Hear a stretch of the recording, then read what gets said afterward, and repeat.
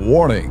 Bitag Live Morning caters to mature audiences. Topics discussed are particularly on hot, timely, current issues purposely intended for Filipino viewers and listeners worldwide. Discussions may contain language that may not be appropriate for some sensitive audiences. If you do not approve of the content listed above, please do not watch our videos.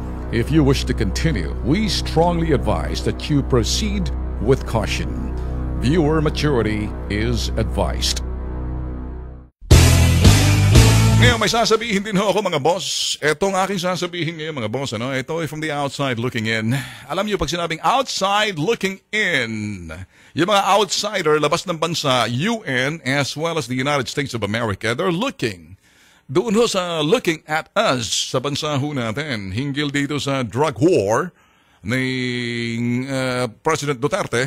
At sila ho'y umaalma sa dahilan kung anong kailan nakikita may karapatan silang umalma.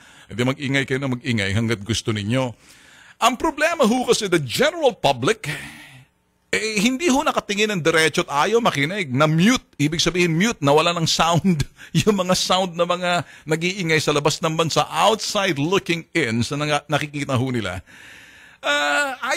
Hindi interesado yung 17 million and more Filipinos na sumusuporta ho dito sa drug war. Yun ho eh. Ngayon, kaya ho sila sumusuporta is because siguro ako ho, kung sasabihin ko, may problema rin ho tayo kasi mabilis na ho yung aksyon at yung walang puknat ho na drug campaign ni President Duterte ang administrasyon niya. At yung mga pulis niya naman, ang dami na hong mga sinasabing kung accomplishment ay pag-uusapan, kung sinasabi ho natin, hindi lang accomplishment, yung performance, abay sobrang performance. Mga performer na ang tawag natin sa kanila eh. Hindi naman mga actor, performer lang. And therefore, mataas ang kanilang performance. Ngayon, performance, makikita naman sa mga number na sinasabi ho ng mga ibang media dyan. Oh man, research and investigative team, they create a number na halos aabot ng 2,000 namamatay. Ilan bang populasyon ng ating bansa? Ako ho, may sound a little bit more sarcastic naman dito. Pero para sa akin, until nakita rin ng ating pamahalaan, kasi mabilis na ho yung PNP natin, kinakailangan makasabay ho yung ating Department of Justice and makasabay din ho ating hukuman. Alam niyo ho kasi mga boss, kung mabilis ho tayo sa sinasabi ho nating kampanya laban sa droga, then you have filed cases against dito ho sa sinasabi ng mga scumbag, mga lowlifes. Importante ho na yung operations ho, you know, the manner in which the operations conducted, magdulot ho yan ang sinasabing successful prosecution and conviction ho ng mga trinabaho ng ating mga performer ng mga police. Kasi kapag hindi ho nakasabay yung sinasabing hukuman, yung due process na sinasabi ho natin, yan ho'y magkakaroon, makakompromise eh. Ano hong ibig sabihin? Malalagay din sa alanganan. Ang due process kasi, yung sinasabi ho natin, nasa korte ho yan. Paano mo sinasabing mabibigyan ng due process, kuminsan, desperado ho yung ibang mga alagad ng batas, panahon pa ni Pinoy, panahon pa ni Gloria, panahon pa ni Ramos, Estrada, na desperado ho sila, ang mga kriminal, paulit-ulit ho gumawa ng krimen. I don't know if they're related to drugs, they're drug syndicate, or they're just criminal syndicate not related to drugs. Meron na hong impunity doon sa pagpatay ho nila. Pagkatapos, kuminsan, nananawa na ho yung mga taong sa kadepensa ho ng Commission on Human Rights and the bleeding yellow hearts ng mga media at politiko, yung mga opposition, na dati sila ho hindi yellow, sila nakaupo, yung mga dating administrasyon pa. So yung mga pulis na nanawa na ho, nakikita nila yung kriminal, sabi nga na iba, alaga nila yan eh. Maring totoo. Ang tanong, kaya nga sinasabi na uuwi dito sa drug war na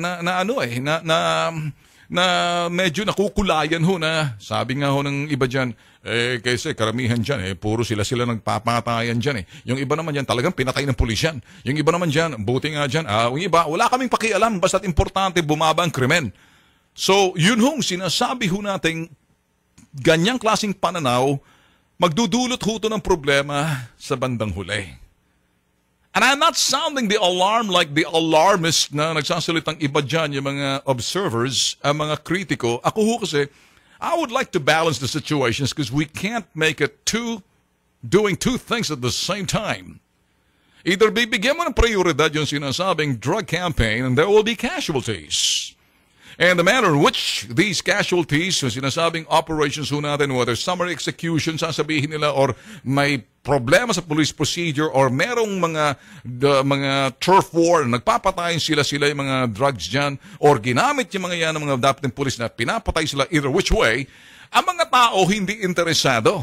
Alam niyo bakit? They would rather look the other way, ayaw nilang tumingin ng diretso, kasi pag tumingin silang diretso, madidismaya sila eh. Alam niyo ba, pag ang mga tao tumingin ng diretso doon sa sinasabing due process, madidismaya ho sila eh. Bakit ho sila madidismaya? Kasi kilos pagungho yung ating hukuman. Ngayon ating mga hukuman naman ngayon, paano sila talagang kikilos pronto? Kulang ang kanilang pondo. At ang kanilang pondo, kinakailan dadagdagan sa mga sinasabi ho nating judicial infrastructure para mapabilis yung kaso. Ang yung iba sa mga husgado natin, nababayaran, nabibili rin. Kaya ang iba sa kanila pinapatay. Kaya ang iba sa kanila hindi lang pinapatay, talagang tinatakot na sinasabi mga kriminal nasa droga.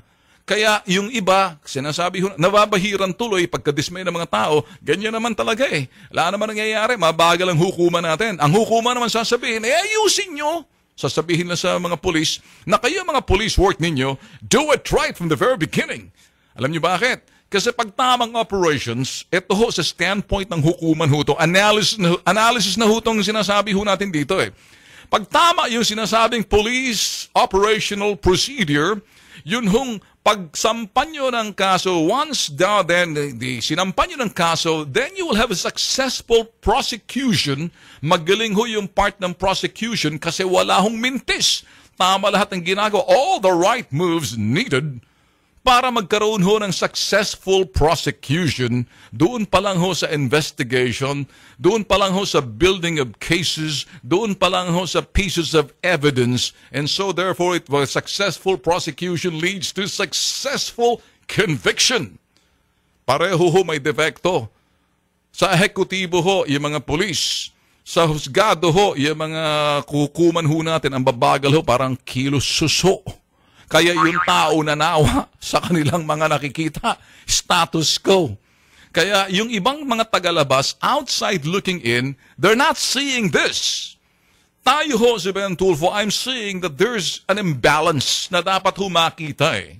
So alam niyo ho kasi, si presidente ho natin, ala ho siyang pakialam kung ano ang tingin sa kanya, imahe niya sa ibang mga bansa tulad ng US and UN.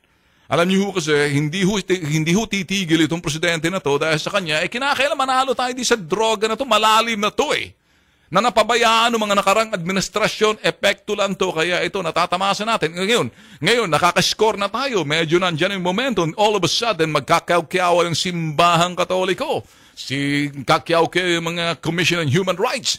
Pagkatapos titingnan ngayon ng mga foreign media na pakialamero na wala namang alam, bagkus dapat pinakikialaman mo ng bansa nila, dito nakikialam sa atin. Ano kayang dahilan? Bakit? Makinig ho kayo. Kasi ang nagbibigay ng mga impormasyon na yan ay yan ang mga yellow bleeding hearts na mga politiko kasama ang mga yellow bleeding hearts na mga media kung kaya't ginagawang basihan ng mga sinasabing foreign press. Ito mga foreign press ngayon, ginagamit ho ng mga sinasabing bansa na yan tulad ng Amerika and UN kung ano kanilang nasasagap sa mismong mga media natin. Saan ang problema? Kayo na ho ang mag-analisa.